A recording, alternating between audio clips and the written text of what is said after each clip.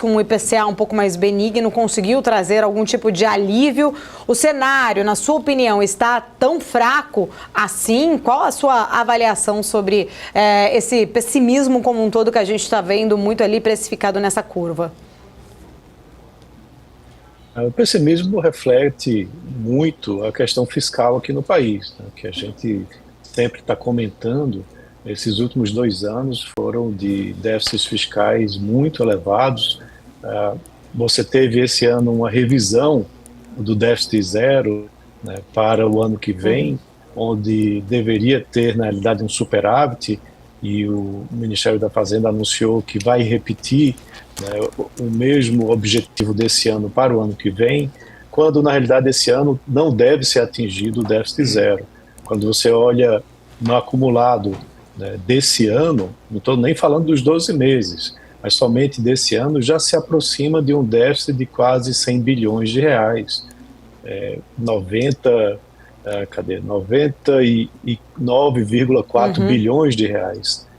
Somente em agosto foi 22,4 bilhões de déficit. E os últimos meses do ano, em geral, você não consegue um superávit, pelo contrário, você termina tendo um déficit ainda maior. Isso traz muita preocupação, né, porque é algo inflacionário, é algo que aumenta o risco do país, já que a relação dívida-PIB continua subindo, né, já se aproxima dos 80%, na mensuração que é feita aqui, né, pelo Brasil, pelo FMI já se aproxima dos 90%, e isso tudo termina sendo precificado em juros mais elevados. Para aquela pessoa que não entende bem o que a gente está falando, significa que o governo, para manter esse nível de gasto acima da receita que ele tem, ele precisa se endividar mais, ele precisa emitir novos títulos. Mas quando você tem já um país muito endividado, o risco que o país oferece termina sendo mais elevado.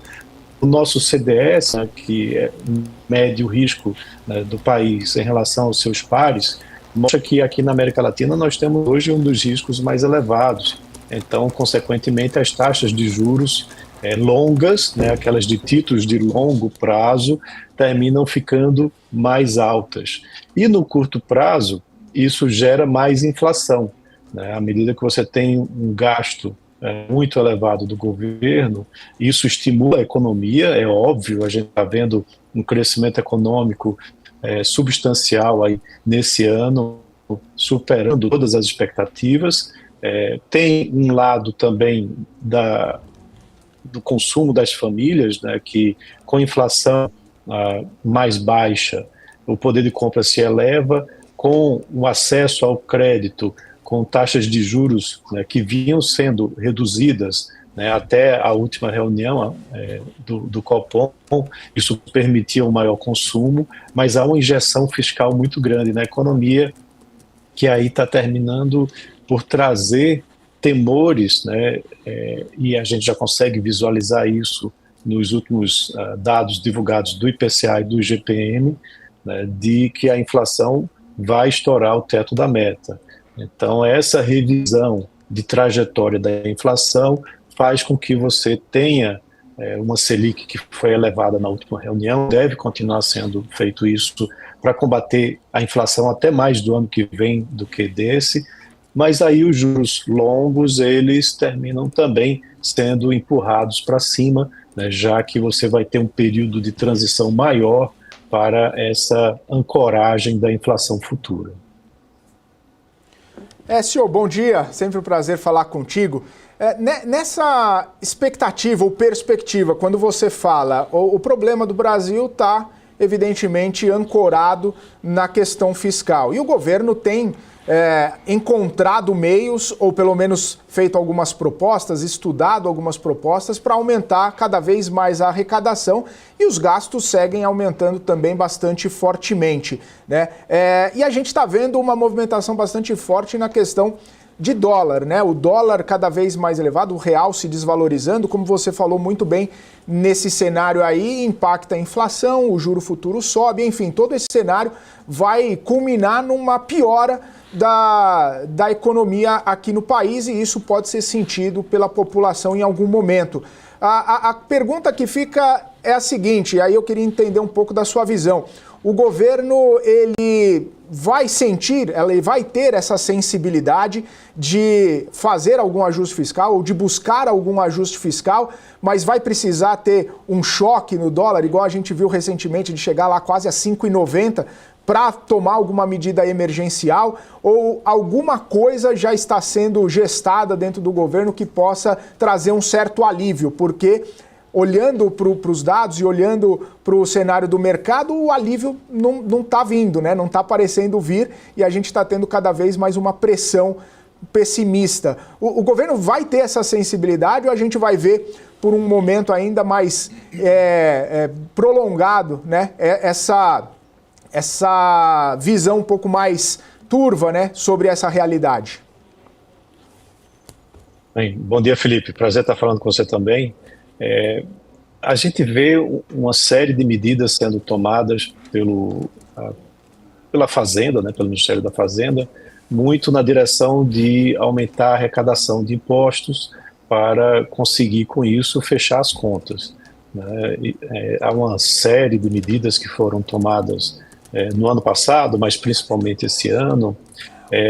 É um esforço realmente muito grande, porque é muito impopular, né, e alguns poucos anúncios, né, de contingenciamento de gastos. Esses contingenciamentos que foram anunciados e até vêm sendo implantados, eles representam muito pouco, né? Por exemplo, o déficit apenas do mês de agosto desse ano, que eu mencionei, de 22 bilhões de reais, apesar de ter sido um déficit até menor do que agosto do ano passado, ele é maior do que o esforço de contingenciamento de despesas anunciado, né, pelo também Ministério da Fazenda para esse ano, né? E algumas das medidas que foram anunciadas só entram em efeito no ano que vem. Então, assim, é um ano praticamente já perdido em termos de obtenção da meta, né, de déficit zero. Lembrando que ela tem um intervalo de déficit negativo, mas ele também representa muito pouco em face do tamanho do déficit. Ele não chega aos 100 bilhões de reais que está acumulado somente esse ano, e isso vai trazendo as preocupações que eu mencionei ao mercado. Então, o que o governo precisa trabalhar é não só o lado da receita. A gente sabe que há muitas desonerações, que há muitos setores que são privilegiados, né, com redução de impostos a serem pagos, mas a carga total, em termos de arrecadação, também já é muito elevada e chega a um ponto que termina ficando muito caro, né, você produzir, você investir, você consumir aqui no país. E o esforço pelo lado da despesa, ele tem sido muito pequeno.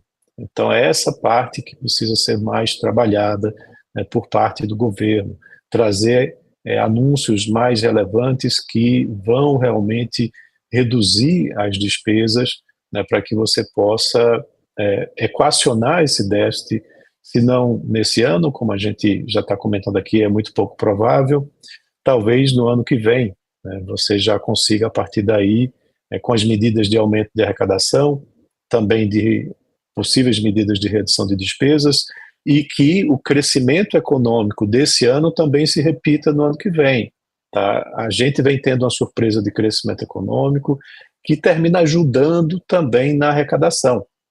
Quando você olha a arrecadação divulgada pela Receita Federal, alguns meses desse ano bateu recorde histórico, né? Isso significa que você está cobrando mais impostos, mas você tem uma economia também crescendo mais, trazendo mais receita, só que o ritmo de crescimento da receita não tem acompanhado o ritmo de crescimento das despesas. E aí é onde mora todo o problema que vem impactando a questão do câmbio aqui no Brasil, né, a questão dos juros de curto prazo e principalmente de longo prazo.